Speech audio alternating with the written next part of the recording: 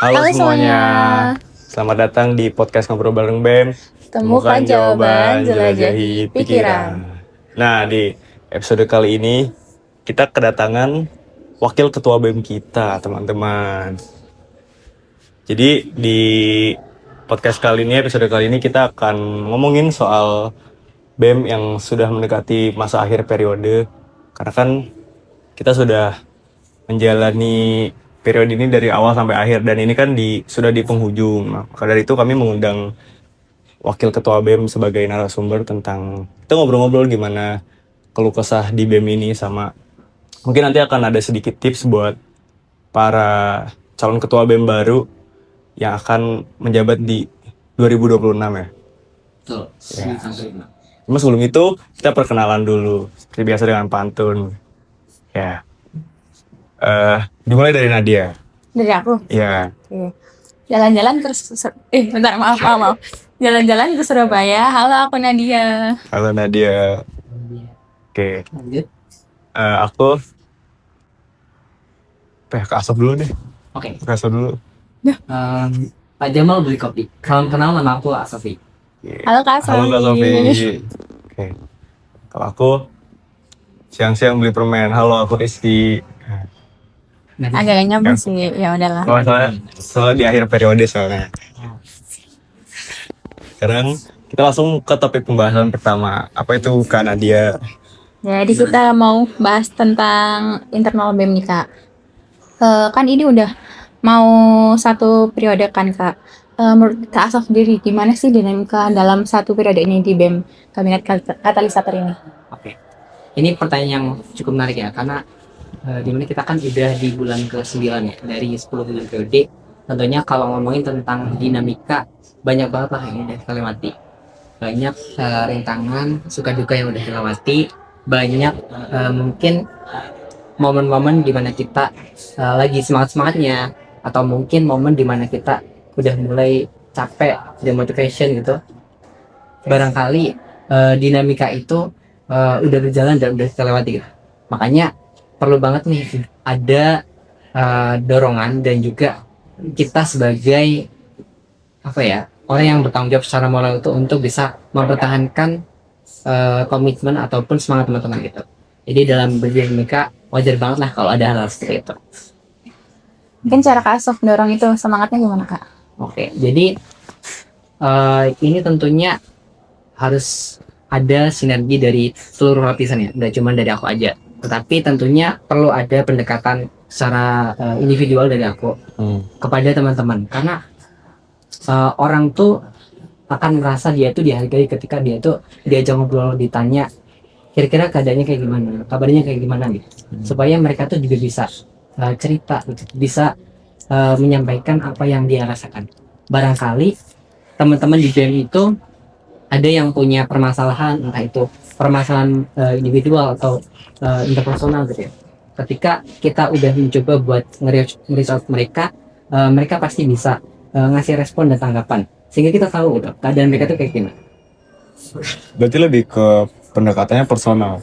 Betul. Ke individu Bisa lewat langsung. personal, bisa juga kalau secara konkret itu lewat forum-forum gitu, lingkar wakil, kemudian kita juga ada peran dari biro personal sendiri lewat TikTok dan segala macamnya. Jadi memang nggak cuma satu aja gitu bentuknya gitu.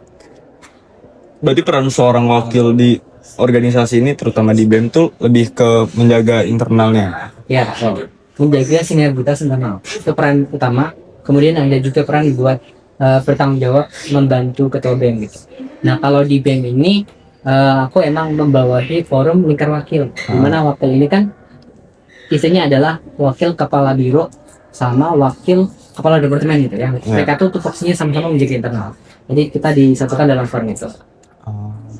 Cuma kalau kesahnya jadi wakil dalam menghadapi internal BEM tuh apa Kak? Kalau kesalahan aku nih, Iya, Oke. personal Kak Asof. Kalau dari aku tentunya jaga internal tuh nggak gampang ya. Karena di BEM itu kan banyak banget kepalanya. Ya bayangin 113 orang dengan kepribadian yang berbeda, dengan karakter yang berbeda. Pastinya kita juga harus punya cara yang berbeda juga buat menghadapi itu. Iya. Artinya di sini aku tuh perlu belajar gitu loh buat memahami karakter orang tuh kayak gimana. Misalnya aku menghadapi teman-teman dari minat bakat yang basisnya tuh mereka komunikasi. Artinya aku harus bisa melebur ke mereka itu. Kemudian di BEM ini kan juga menurut aku karakter biro departemen itu berbeda-beda. Nah, jadi selain karena kita banyak, tapi juga ada apa heterogenitas gitu. Jadi BEM itu cukup berbeda-beda gitu dari semua linknya. Jadi perlu adaptasi khusus lah, adaptasi. Oke. Cara Kak Asof buat meleburkan ke departemennya itu gimana Kak? Antar departemennya? Oke, tentunya ini tuh berproses ya. Nggak mungkin kalau misalnya dari awal aku bisa langsung akrab nih ke semua departemen gitu. Artinya aku perlu perlahan-lahan buat bisa dekat sama mereka. Caranya ya dengan kehadiran gitu. Kayak misalnya setiap ada forum, misalnya dari forum PVI, forum program kerja, atau bahkan forum TikTok, itu tuh sangat berguna banget buat aku buat ngedekatin diri aku, karena aku kan nggak bisa langsung intervensi lewat program kerja ya. Artinya aku harus bisa ngedukung dari belakang juga gitu. Jadi kehadiran ataupun partisipasi aku itu yang jadi kunci gitu supaya aku tuh bisa dekat sama mereka. Tapi kalau misal departemen ini ada konflik gitu, Kak Asof ikut bantuin gitu apa gak sih? Kalau ada konfliknya gitu? Kalau ada konflik gitu ya, Iya. konflik tuh biasanya ada konflik misalnya yang berorientasi pada proker gitu ya. Jadi antar personal atau interpersonal. Ada juga teman-teman fungsionaris tuh yang punya masalah pribadi juga gitu. Nah, beberapa kasus tuh ada yang langsung nyampein ke aku lewat wakil, kemudian ke aku gitu. Dan di situ tindak lanjut kita tentunya kita diskusikan dulu. Yang pertama, aku coba dengerin nih. Misal masalahnya itu ada dari dua pihak. Aku dengerin kira-kira POV dari dua orang itu kayak gimana gitu. Karena supaya kita bisa tahu kasusnya kayak gimana kan kita harus tahu dulu. Jadi jangan ngejudge terlebih dahulu sebelum kita tahu dari kedua belah pihak gitu. Nah, setelah itu sebagai pemimpin kita harus bisa jadi penengah sih. Aku yakin teman-teman tuh juga pasti untuk menyampaikan itu barangkali punya keraguan. Misalnya takut ini memihak ke ini, tapi enggak. Kita harus punya standing position, kita harus netral, dan di situ kita jadi penengah. Nah, tindak lanjutnya biasanya kalau orientasinya ke proker, kita pasti komunikasiin. Misalnya apakah masalahnya itu udah nggak terselesaikan, berarti harus ada tindak lanjut. Entah itu kayak reshuffle dan segala macamnya. Tapi kalau misalnya masih bisa diatasi, kayak misalnya masalahnya cuma kayak miskomunikasi aja. Jadi ya kita di situ ikut bantu buat ngelurusin masalahnya gitu. Jadi ada masa dimana kita harus maju, ada masa dimana kita tuh harus coba mundur dan ngeliat supaya mereka tuh bisa menyelesaikan masalahnya sendiri. Berarti tuh Kak Asof juga ikut langsung bantu nyelesain gitu, nggak cuma kayak dari kadetnya Di beberapa gitu? kasus ya. Kalau emang udah benar-benar yang nggak terselesaikan gitu di tingkat mereka. Karena dari teman-teman PPH tuh beberapa kali emang sering laporan ke kita, ngabarin ini anakku kayak gini, kira-kira kayak gimana ya. Jadi mereka emang sangat terbuka gitu buat apa minta pendapat ke kita. Tapi berarti urutannya tuh dari wakil departemennya dulu, baru kalau misalkan itu nggak teratasi baru ke Kak Asof. Misalkan permasalahannya. Kalau bisa sih emang diatasi lewat departemen atau bironya sendiri gitu. Kalau emang mereka sendiri nggak bisa buat apa ngehandle itu, bisa diceritain itu lewat KBM atau bahkan dari personal ya. Karena kita kan yang menjaga internal tuh nggak cuma aku doang, tapi ada biro personal ya gitu. Jadi kita ada forum namanya Badan Pengendali Internal. Apa itu? Badan yang intinya itu mengurusi tentang internal gitu. Jadi mitra kerja sama aku langsung di bank. Jadi aku tuh bukan satu-satunya yang bisa memutusin kondisi internal tuh bakal kayak gimana, tindak lanjutnya bakal kayak gimana. Kayak misalnya nih, ada fungsionaris yang bermasalah atau berpotensi untuk mungkin dikeluarkan atau keluar dari BEM. Nah, itu forumnya akan diangkat naik ke forum BPI itu, Badan Pengendali Internal. Coba di titik kayak mungkin ini gambaran secara umumnya buat seorang fungsionaris dikeluarin atau di reshuffle tuh tingkat keparahannya tuh gimana gitu loh, sampai konsekuensi harus dia tanggung buat di reshuffle, buat dikeluarin. Contohnya aja. Syukurnya alhamdulillahnya ya. sampai sejauh ini kita nggak ada pengeluaran. Ya. Tapi emang mekanismenya itu ketika ada indikasi misalnya kinerjanya tuh jelek gitu ya. Jadi di bulan pertama kita bakal ngasih SP1, surat peringatan 1. Itu tuh bentuk teguran dari teman-teman PIPH. Ya. Terus di bulan selanjutnya kalau misalnya masalahnya nggak kelar, kita kasih SP2. SP2 itu udah surat peringatan dari Biro Personalia. Nah SP3-nya itu bentuk pengeluaran. Nah masalahnya kayak gimana aja misalnya dia di proker tuh dia nggak ada kerjaan sama sekali, ngilang gitu. Nah kita langsung tindak tegas sih itu. Karena biasanya dari PPH itu langsung laporin ke kita gitu. Nah untuk sejauh ini emang ada beberapa kasus sih, tetapi alhamdulillah terselesaikan dengan baik, dan teman-teman fungsioner juga bisa istilahnya berbenah lah, maksudnya kayak mengakui kesalahannya dan dia bisa balik lagi ke kita. Kalau aku mau tanya nih Kak, kan ini udah mau akhir periode kan. Nah, mungkin apa sih hal yang terberat selama Kak Asaf jadi Wakabem? Hal paling berat selama aku jadi Wakabem, Iya. tentunya sebagai pemimpin tuh kita punya tanggung jawab moral ya, untuk menjaga semangat para fungsionaris. Barangkali ketika di tengah periode atau bahkan menjalankan periode, semangat mereka tuh bisa menurun gitu. Nah, kan kita di situ harus selalu bisa menjaga sinergitas, menjaga motivasi dan semangat mereka.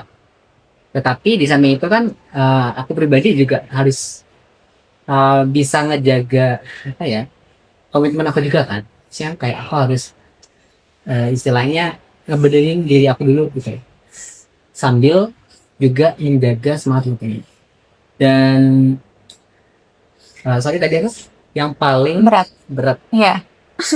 Paling berat jujur ya, selama 9 bulan yang aku jalani ini cukup berat tuh untuk gimana kita tuh istilahnya bisa memuaskan semua orang. Dan jujur aku pun masih belum sanggup buat hal itu. Jadi aku selalu bilang aku bakal ngelakuin yang terbaik, aku bakal selalu berusaha, tetapi ya faktanya tetap aja gitu, mau sesempurna apapun orang tetap bakal ada celahnya gitu. Iya. Tapi ya lewat dari situ aku terus belajar dari situ buat bisa terus memperbaiki diri. Cuma kalau misalkan buat memuaskan semua orang lebih ke nggak mungkin gak sih Kak? Gak mungkin dan sulit. Iya, kayak mau kita berbuat apapun pasti ada aja yang nggak suka kan. Ini kayak cuma Asaf melakukan yang terbaik aja. Ya, dan sesuai sama posisiku juga Bu. Karena aku Wakabem, jadi ya memang udah seharusnya kayak gitu. Ya sih emang nggak bisa dihindarin sih ya. Pasti yang nggak suka emang pasti ada aja. Jadi pemimpin harus berani punya orang yang nggak suka sama kita ya. Ya itu udah jadi resiko tersendiri. Cuma Kak Asaf menanggapinya gimana? Kalau aku nanggepinnya sambil senyum aja. Nah, aku mah nggak terlalu memikirkan terlalu berat gitu. Tapi ya aku tetap ada statement tersendiri. Aku selalu nyampein aku terbuka gitu atas kritik dan saran. Iya. Dan itu pun aku juga dapat saran langsung ya. Nggak cuma dari PPH, tapi dari fungsional juga. Beberapa dengan langsung yang minta. Oh gitu. Aku dia sangat terbuka lah. Istilahnya kalau ada yang berani buat menyampaikan. Berarti ada yang langsung ngomong ke Kak Asaf Ada. secara personal Ya secara face to face lah istilahnya. tentang apa permasalahan itu? Tentang ya pasti orientasi tentang BEM sih. Ah, Tentang bagaimana mungkin keadaan mereka atau mungkin keluh kesah. ya disebut kesah atau menyayangkan ketika peran aku tuh kurang ada di situ. Nah jadi mereka menyampaikan, tapi dengan mereka menyampaikan aku juga jadi tahu gitu. Karena kan kalau dari sudut pandang itu sendiri ya mungkin aku bakal ngerasa kalau aku tuh selalu benar gitu gak sih.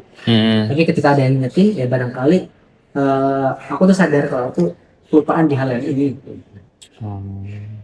Tapi kalau ngomongin soal konflik di internal BEM tuh yang biasanya terjadi dari pandangan Kak Asaf yang emang ngurusin internal tuh apa aja? Secara gambaran umum. Gambaran umumnya Biasanya apa? dalam program kerja misalnya. Ya. Itu biasanya miskomunikasi sih. Yang paling sederhana itu miskomunikasi. memang alur komunikasi itu perlu sangat ditekanin dari awal, disampaikan supaya itu tuh bisa tersampaikan dengan runtut gitu. Nah selain miskomunikasi ada juga kayak permasalahan personal, permasalahan interpersonal juga, permasalahan personal yang bisa jadi permasalahan pribadi, akademik, keluarga, atau mungkin mental dia ya. Kalau interpersonal ya wajar nggak sih kalau misalnya di organisasi yang bahkan sebesar BEM ini ada orang yang mungkin punya konflik sama partnernya atau mungkin sama siapa ya, lintas departemen barangkali itu ada. Oke. Tapi itu kan dari tadi kita ngomongin konflik. Iya. Ada nggak sih di suatu momen kayak Kak Asof bangga dengan kondisi BEM saat ini gitu? Dari apa yang udah aku ikuti ya dari awal Iya. sampai akhir, aku akui BEM itu udah banyak upgrade terutama dari teman-teman fungsionalis. Nah aku tuh percaya pemimpin yang baik tuh bukan pemimpin yang menciptakan pengikut, tetapi menciptakan pemimpin-pemimpin baru. Aku senang ketika teman-teman yang punya amanah, punya tanggung jawab bisa menyelesaikan dengan baik, dan dia juga gimana ya istilahnya bangga sama pencapaiannya, dan aku juga di situ ikut bangga atas pencapaian mereka. Dan mungkin kalau secara konkret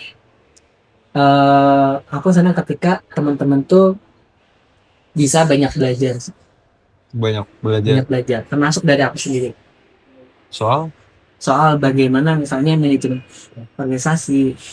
Terus mungkin ketika aku yakin teman-teman kan masuk BEM tuh punya tujuan sendiri nggak sih? iya. Misalnya dari mini kreatif gitu ya.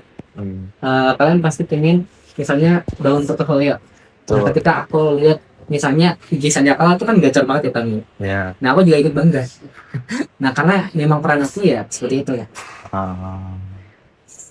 Oke. Hampir satu periode ini ada nggak sih kayak hal baru yang Kak Asof sadari kayak apa ya? Aku baru sadar ternyata ada kayak gini nih gitu. Oke, hal baru buat aku ya. Iya buat Kak Asof. Kalau hal baru mungkin ini sih. Aku sebagai wakabem pun hal baru gitu. Iya. Jadi dulu kan aku dari staff ya. Pasti orientasi staff sama ketika jadi wakabem itu bakal berbeda.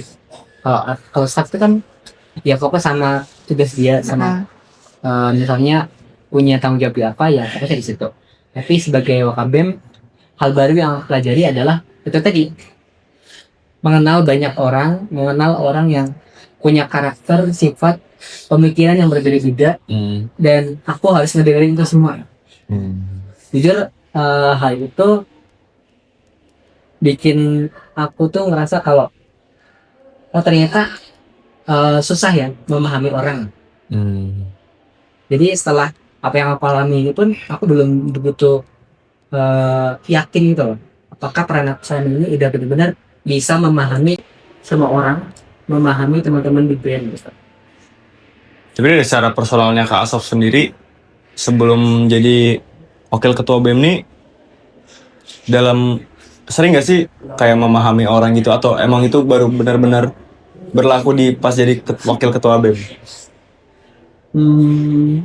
Berlaku ketika di wakil ketua BEM baru banget. baik, tapi maksudnya ini loh, orientasinya berbeda. Gimana? Ketika aku masih di staff ya udah aku cukup bonding sama departemenku lah kasarnya. Iya. Tapi ketika jadi wakabel ya di situ aku harus membonding Semuanya. dan aku harus selalu netral, nggak boleh memihak, dan istilahnya bisa apa ya, masuk ke semuanya.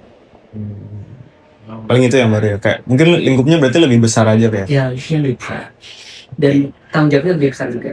Iya sih. Kan tadi Kak Asof ngomong kayak belum sepenuhnya perannya tuh lebih besar gitu. Nah, ada nggak sih kayak misal PHPI atau fungsionarisnya gitu ngomong langsung ke Kak Asof kalau Kak Asof tuh kayak kurang atau emang udah bagus gitu? Kritik Banyak langsung. sih. Kalau soal kritik tuh banyak. Kak Asof harusnya gini, kemarin Iya. kurang gitu. Itu banyak yang ada. bilang gitu. Ada. Kalau mengapresiasi itu hari ini nggak yang secara langsung kalau orang mengapresiasi. Iya. Nah, tapi kalau orang kritik ada yang menyampaikan secara langsung. Bahkan ngajak ketemu juga. Fungsionaris, staff, Beberapa ada staff. ya fungsionalis, atau bisa disampaikan juga lewat forum gitu namanya, Ah, atau disampaikan lewat biro personalia.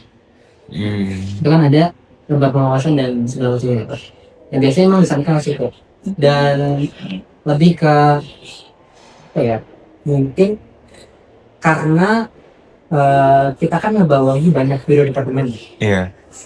jadi mungkin ada teman-teman yang ngerasa aku tuh belum sebegitu merata gitu dari apa yang mereka sampaikan. Misalnya ada aduan dari departemen A, oh Kak Asos kok di sini kayak gini gitu. Barangkali dengan kapasitas kita untuk memiliki waktu ngebagi ke semua biro departemen itu masih jadi catatan gitu buat kita. Tapi sekarang rasanya Kak Asaf gimana nih? Udah mau selesai sama Demis? Rasanya capek, lega atau sedih? Gimana ya? Mungkin rasanya amburadul aja. Amburadul. Lega, jujur lega ya. 9/10 ya kalau nggak salah kita udah melewati periode ini. Iya. Ya at least tanggungan kita tuh udah semakin dikit tuh. Dengan apa yang udah kita alami, tentunya kita lega dong. Tapi juga ada rasa sedihnya juga karena kita kan udah mau pisah nih. Ya istilahnya kita udah mau demisioner ya.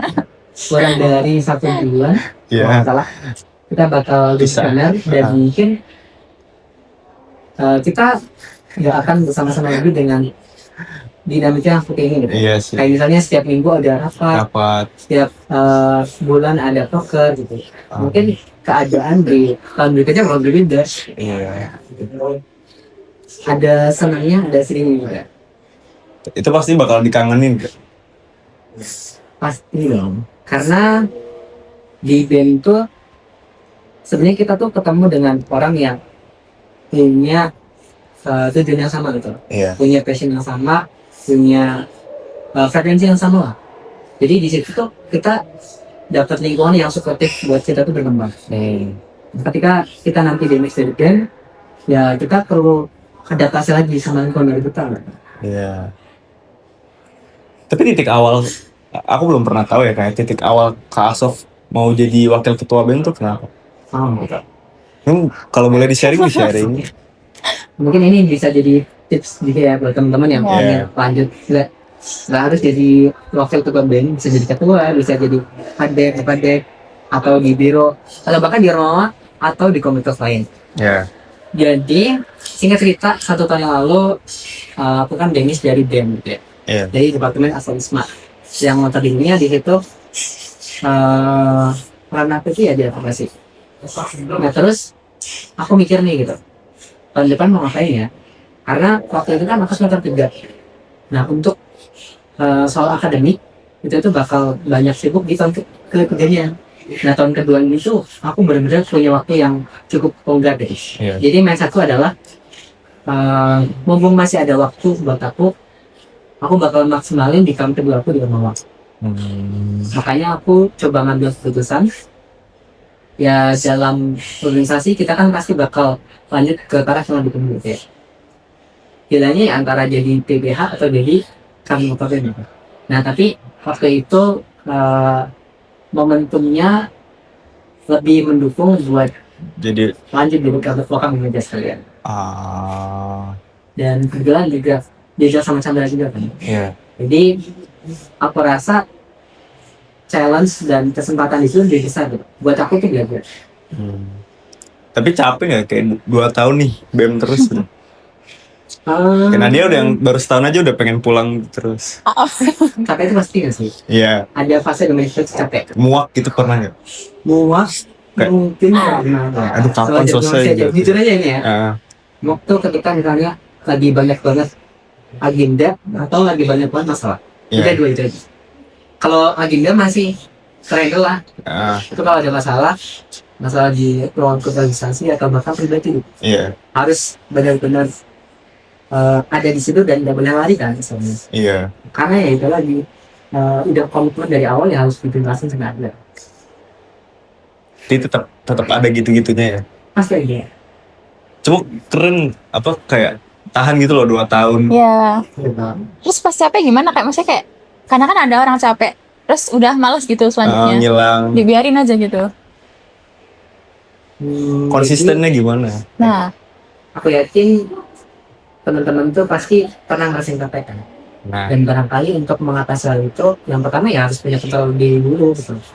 Kalau kalau dari aku pribadi ya, karena punya tanggung jawab besar di sini, meskipun aku capek, ketika ada denda, aku coba usahain buat jaga apa ya, kondisi emosional aku. Meskipun aku misalnya di dalam hati tuh kayak sakit, lagi sedih, marah. kayak lagi campur aduk gitu ya. Ya, Tapi aku harus tetap nunjukin kalau aku tuh tetap ada di situ.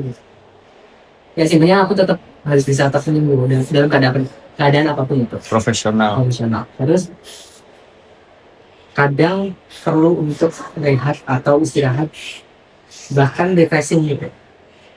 Gimana? Ya Misalkan dengan pasti banyak cara sih. tetap ada tuntutan kan? Ya tetap ada. Tapi ya kita bisa ada ngeluangin waktu. Di BEM itu kan nggak 24 juga kan. Iya sih.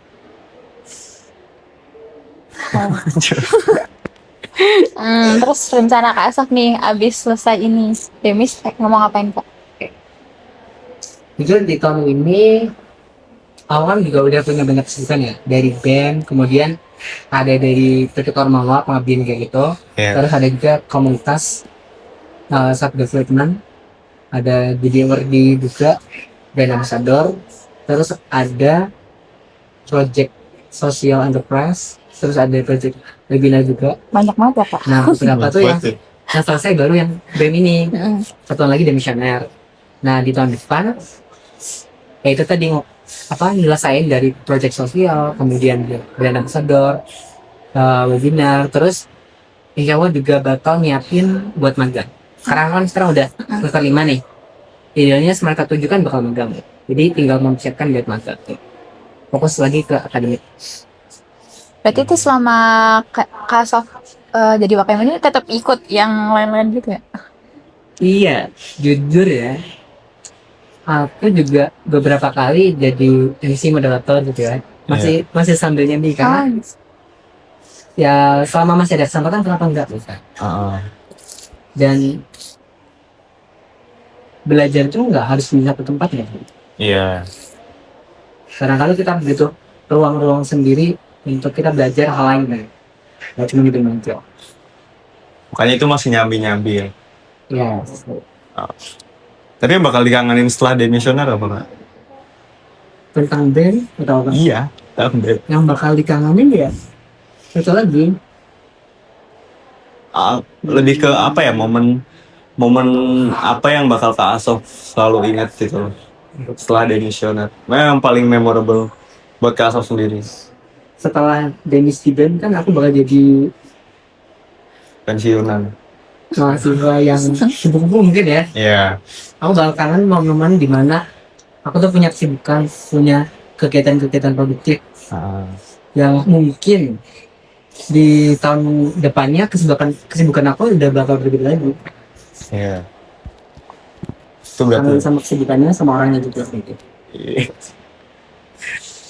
keren. Kan udah cerita banyak tentang Kak Asaf jadi wakabem nih. Mungkin aku mau tanya tentang kayak tips buat orang-orang yang mau jadi KBM atau wakabem itu. Menurut Kak Asaf, kualitas utama yang wajib dimiliki sebagai CKBM atau calon wakil ketua BEM itu apa? Sebelumnya aku ini dulu ya, Apa? sampein dulu. Jadi KBM itu emang dari keputusan besar itu, karena kita kan bakal menanggung amanah tanggung jawab yang besar juga. Tetapi bukan berarti itu yang mengecilkan peluang kita. Aku rasa bahkan aku pun sekarang, aku di awal tuh belum yang seyakin itu buat jadi wakabem ya. Tetapi bentuk pembuktiannya adalah justru apa yang sekarang, pencapaian kita kan baru bisa dilihat ketika kita udah jalannya. Tetapi ada dua hal sih yang menurut aku tuh penting banget untuk teman-teman yang barangkali berminat untuk melanjutkan kepemimpinan BEM. Yang pertama adalah komitmen. Komitmen itu penting banget ya. Jadi itu jadi tolak ukur seberapa jauh teman itu bisa apa ya, punya integritas, kesesuaian antara ucapan tindakannya dari awal sampai akhir. Terus yang kedua yang gak kalah penting adalah kapabilitas, kapasitas, misalnya dalam hal pengetahuan, kemudian dalam hal kepemimpinan, kemudian pengalaman yang barangkali itu menjadi hal-hal yang akan menjadi bekal langsung gitu dalam memimpin di BEM. Aku rasa dua hal itu yang perlu untuk disiapkan, perlu untuk dibulatkan gitu ya, untuk benar-benar memimpin BEM di tahun berikutnya. Tapi cara dulu Kak Asof yakinin diri buat kayak maju aja lah, masa nggak maju sih gitu, itu Oke. gimana Kak? Bicara tentang meyakinkan diri sendiri, pasti kan ada masa di mana aku tuh ragu gitu kan sama diri aku sendiri. Cara buat meyakininnya gimana? Yang pertama, kita coba nanya dulu sama orang-orang terdekat kita. Kita tanya, kira-kira sejauh ini aku tuh udah kayak gimana sih? Kira-kira aku layak nggak? Kira-kira aku tuh apa sih yang perlu dibenahi lagi? Terus lewat dari review orang-orang terdekat kita bakal tahu gitu. Kita tuh udah melakukan sejauh apa? Apakah persiapan kita udah cukup untuk mengambil langkah ini? Terus yang kedua, ya kita nggak boleh melupakan orang yang menciptakan zat yang menciptakan kita gitu. Kita harus bisa istilahnya istighfarah gitu ya, memantapkan lewat jalur langit. Kira-kira hati kita itu bakal milih yang mana sih gitu, untuk kebaikan kita pokoknya gitu. Karena kan melanjutkan di BEM itu kan berarti menentukan 1 tahun ke depan bakal ngapain gitu. Iya. Seperti itu. Berarti Kak Asof sebelum nyalon tuh sholat istiqoroh dulu. Ya itu pasti. Iya. Dan tanya ke orang terdekat, saya sendiri kan. Tapi yang lebih berefek itu input dari orang lain atau sholat istiqoroh itu? Sudah berefek semua ya. Semuanya. Sama lah Iya. bisa salah satu. Iya kan tanya. Tapi berarti Kak Asof tuh tanya-tanya ke kayak teman-teman gitu, aku tuh gimana gitu, apa gimana? Tanya ke orang tua, Oh. kalau orang tua kan lebih ke ya mereka yang punya ikatan darah ke kita, Nih. selainnya yang bakal mendukung secara emosional dan lain sebagainya. Kalau teman-teman yang lebih kenal aku gitu, terutama teman-teman yang dulu berdinamika bareng band, atau mungkin teman-teman yang ada di FBL. Mungkin buat calon wakil ketua BEM juga nih, gimana sih cara Kak Asof jaga kayak misal ada konflik di dalam tapi nggak kelihatan dari luar? Oh, Manajemen konfliknya biar nggak tersebar luas gitu. Gimana? biar konfliknya tuh nggak terjelas. Iya, lebih ke dari cara Kak Asof Iya, aja. yang tahu tuh internal aja Iya. gitu lah. Sebenarnya hal-hal seperti ini tuh ya itu balik lagi perlu ada sinergitas semuanya. Ketika konflik sudah sampai aku, berarti kan udah nggak terselesaikan di tingkat biro departemen. Nah di situ kita selalu nyampein gitu. Kita kan di sini buat cari jalan tengahnya kan. Kita selalu nyampein kalau ketika ada masalah ya diceritain. Jangan sampai ada orang lain yang tahu terlebih dahulu ketimbang misalnya kadep yang lebih tanggung jawab, atau bahkan aku sebagai itu yang selalu kita sampaikan ke teman-teman. Dan aku yakin misalnya dari biro yang bertanggung jawab sendiri, mereka juga bakal kira-kira ada permasalahan apa yang harus dijaga. Ya kita harus saling bersinergi dan saling percaya. Kuncinya di situ. Tapi ngomongin tips lain buat calon ketua BEM sama calon wakil ketua BEM, dari Kak Asof sendiri ada nggak tips apa ya kayak hal yang mereka harus hindari ketika mau menyalon gitu? Hal yang harus dihindari tentunya ya kalau secara normatif ya jangan ini ya catatan kriminal, jangan melakukan hal yang macam-macam lah. Karena mungkin kalau secara leadership nih, jadi idealnya mereka tuh harus bisa jadi orang yang lebih banyak mendengar ketimbang berbicara. Kayak misalnya apakah yang akan mereka bawakan ke depannya, ya mereka harus bisa lebih mendengarkan aspirasi dari mahasiswa. Jangan sampai calon penerus berikutnya itu mereka cuman mentingin dirinya sendiri aja, cuman berdasarkan ego personalnya dia. Udah seharusnya BEM itu representasi mahasiswa lebih mengutamakan pentingnya media sosial. Dia harus dihindari itu soal ego. Ego, Ego tuh besar soalnya. iya pasti. Dan semua orang Pasti punya eh, pasti pengen egonya itu tercapai. Iya. Kasof gitu juga nggak? Pasti iya. Tapi di beberapa momen aku juga harus dulu nego aku gitu. Buat soal kepentingan bersama ini. Betul. Kayak misalnya Apa? konflik kan nggak mesti antar fungsionalis ya. Iya. Bisa jadi ke teman-teman kuliah juga atau bahkan ke aku sama Chandra. Iya. Ya di situ aku juga harus bisa nego aku. Harus bisa apa ya? Bisa mengakui ya. Aku yakin ketika kita udah berani buat mengakui, ketika aku salah ya itu bakal ketika aku dulu harusnya kayak gini harusnya. Ketika ego kita benar-benar harus cari itu. Itu tuh sebelumnya Kasof ada proses tersendiri. Kayak emang sebelumnya tuh menurunkan ego bagi Kasof tuh gampang atau itu hal yang baru di saat jadi wakil ketua BEM ini? Karena kan itu buat aku tuh cukup berat gitu loh. Ya pasti berat sih. Iya. Tapi balik lagi menyesuaikan peran kita gitu. Kalau misalnya aku lebih mentingin egoku nih, sebenarnya ada konflik nih di departemen A gitu.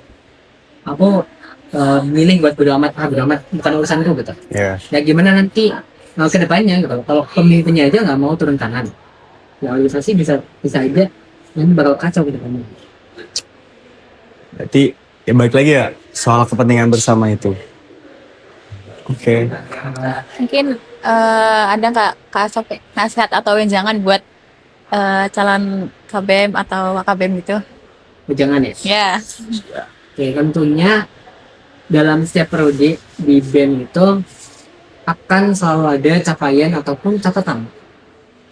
Aku yakin di BEM tahun ke depan pasti punya arah geraknya sendiri. Tetapi pesan aku lanjutkan kebaikan, lanjutkan kebermanfaatan yang sudah ada di periode ini. Kembangkan dan juga isi ruang-ruang tersendiri yang misalnya di periode ini itu masih belum efektif untuk terlaksana. Misalnya dalam hal-hal selain dari fokusan kabinet kita. Jadi silahkan lanjutkan kebaikan dan silahkan tingkatkan gitu peran BEM sebagai representasi mahasiswa, peran BEM sebagai organisasi eksekutif terbesar di tingkat fakultas. Terus harapan kayak buat kedepannya gimana Kak? Buat BEM atau Ya buat BEM. harapan aku buat BEM tentunya BEM bisa jadi tempat untuk kita itu saling belajar. Jadi tempat untuk kita bisa dapat teman, bahkan keluarga baru. Dan BEM ini bisa jadi batu loncatan buat kita itu satu langkah lebih maju ke karir kita ke depannya. Dan sampai ketika teman-teman ada di BEM ini, kemudian nanti teman-teman di situ aja. Tapi dari apa yang teman-teman dapat itu coba tingkatkan, manfaatkan untuk teman-teman tuh bisa berkarir dimanapun. Oke. Ini terakhir. Oke. Di perjalanan kita ini kan dimulai dari Februari ya. Ya betul. Februari sampai Desember. Sampai Desember. Nah, satu periode itu buat BEM KM FEBWN di kabinet katalisator yang Kak Asof naungi ini, bisa nggak dideskripsiin satu kata dari semua perjalanan yang udah kita lalui sampai sekarang di akhir periode ini? Apa? Satu kata. Satu kata dari aku, bertumbuh. Tumbuh. Bertumbuh. Kenapa bertumbuh? Kenapa betul?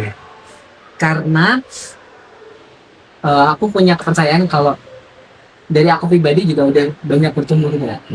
Kayak dari aku yang sebelumnya introvert parah, ya mungkin sekarang udah sedikit hilang lah introvertnya. Tapi kelihatan sih. Ya. Ya mungkin gitu.